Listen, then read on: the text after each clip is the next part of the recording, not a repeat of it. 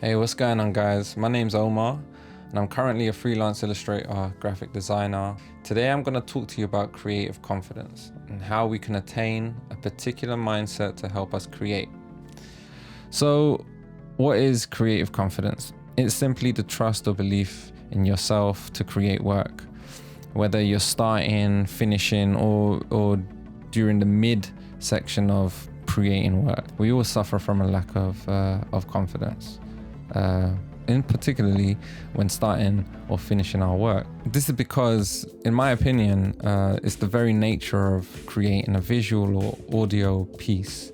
We kind of put everything into it, we put our hearts into it, our soul into it, and it should mean something to the world. And that's the scary part. So one of the main solutions of increasing creative confidence is managing your self-efficacy.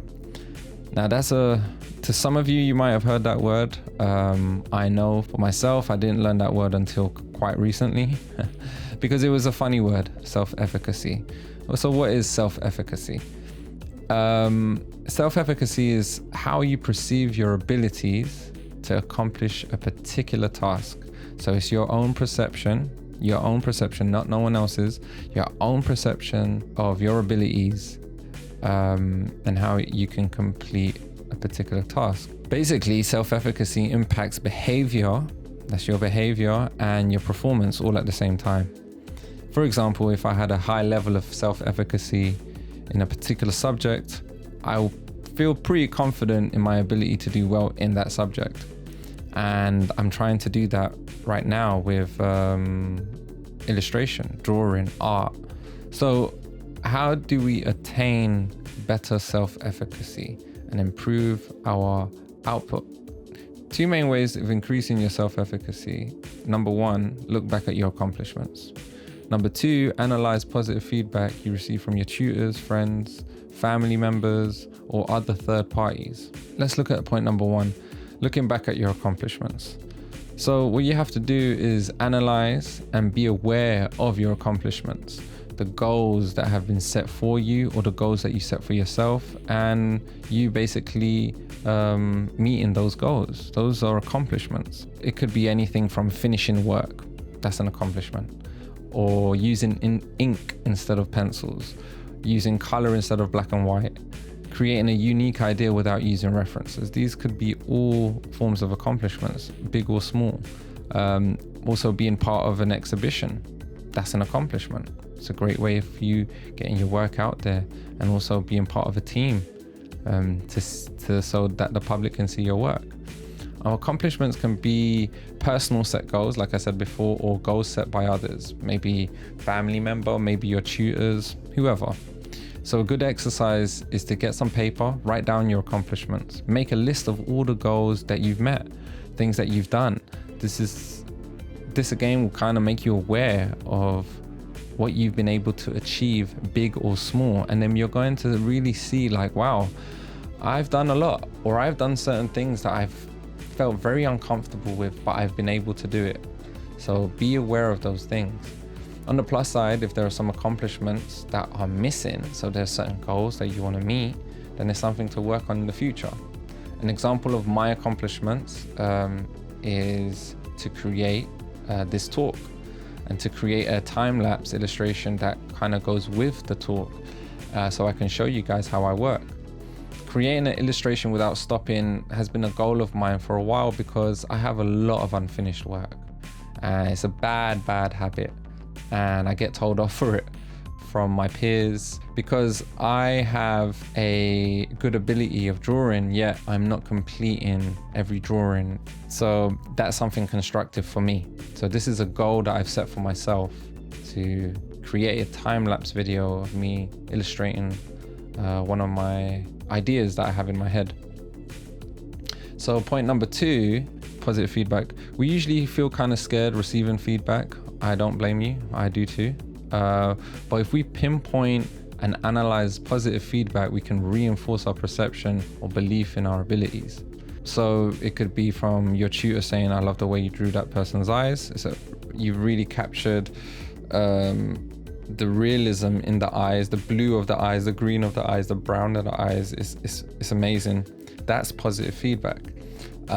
If I don't know, your brother said, wow, you constructed this piece really quickly and I love the way everything comes together. There's 2 points in there. There's 2 key features. One, the way you constructed the piece, everything's come together is great. And also you've done it in a quick time. So there's 2 positive things coming out from that.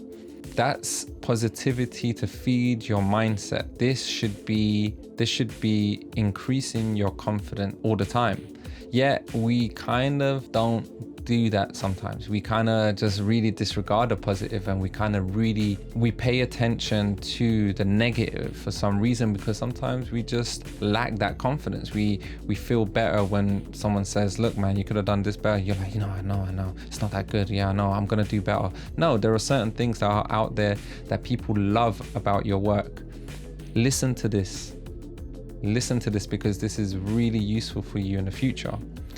Usually positive feedback of my work is that I'm able to create high detailed illustrations. So eventually, without a doubt, I can say that I have a good ability of creating high detailed work. And it's not a form of arrogance, it's confidence. I've been told numerous times, I'm like, okay, cool, I can do this. I know I'm able to create high detailed work. And I'm not going to gloat or show off about it. It's something that for some reason, when I illustrate, it just becomes that way. I just do high detailed work. Also, feedback can be constructive as well. You can have constructive criticism. So an example of people giving me constructive criticism is you have great high detailed illustration, but maybe it's too detailed. Maybe you need to dumb it down a little bit. So I listen to that, I'm thinking, you know what, you're right. Maybe there are certain sections in the illustration where I don't need to be so detailed because it kind of looks confusing. There's a lot going on. So yeah, it shows us what else we can work on, help improve our work. Is there anything missing, or is there too much of something? Is there something that I need to take away? All of this stuff, it could be within, doesn't need to be detailed. It could be colors, it could be the concept, it could be anything. Feedback is always good, but positive feedback, you need to write this down. Write down your positive feedback. Write it down just the same way you would write down your accomplishments. So those are the 2 main things that I think can really help. If you start now listing down your accomplishments, listing down the positive feedback that you've got from your peers or from your tutors or from your family members, or again from other sources, it will definitely start changing your outlook on your work. You'll start managing your self-efficacy much better, which then will turn your confidence levels up. I go through the struggle in terms of believing in myself and believing that my work is good, or trying to make people happy with my work, or maybe there's a concept there that I want people to understand. I go through the struggle all the time, this confidence struggle. I have to understand that sometimes I have to disregard my own emotional outlook on my work and actually recognize the factual. So what I've been told and what I know, again, my goals and the positive feedback. The greatest artists in the world also battled with this. They would go through this from time to time. So write down your accomplishments, write down your positive feedback, be aware of them, analyze them, break it down. How can you use that in your work? And also, thirdly, it's not necessarily a point, but it could be something really useful for you. But remember why you're a creative, why are you doing the things that you are doing, why are you visually expressing yourself, why are you creating particular pieces of audio, why are you doing this, what does the creativity mean to you, what are you trying to show the world? That's another thing, and that's something personal to you. You don't need to tell anyone. You can write this down, right beside your accomplishments and your positive feedbacks. Why are you doing this? I can tell you partly that my reasons for being a creative is to share interesting ideas, adapt ideas, create my own ideas, create narratives, adapt narratives, having discussions with people about visual techniques, having discussions with people about the philosophies within a picture. How can we bring awareness to world issues through art? These are some of the reasons why I love creativity. It's a beautiful thing.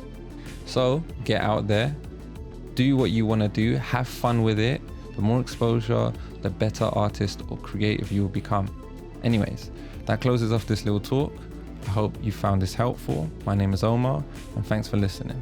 Peace.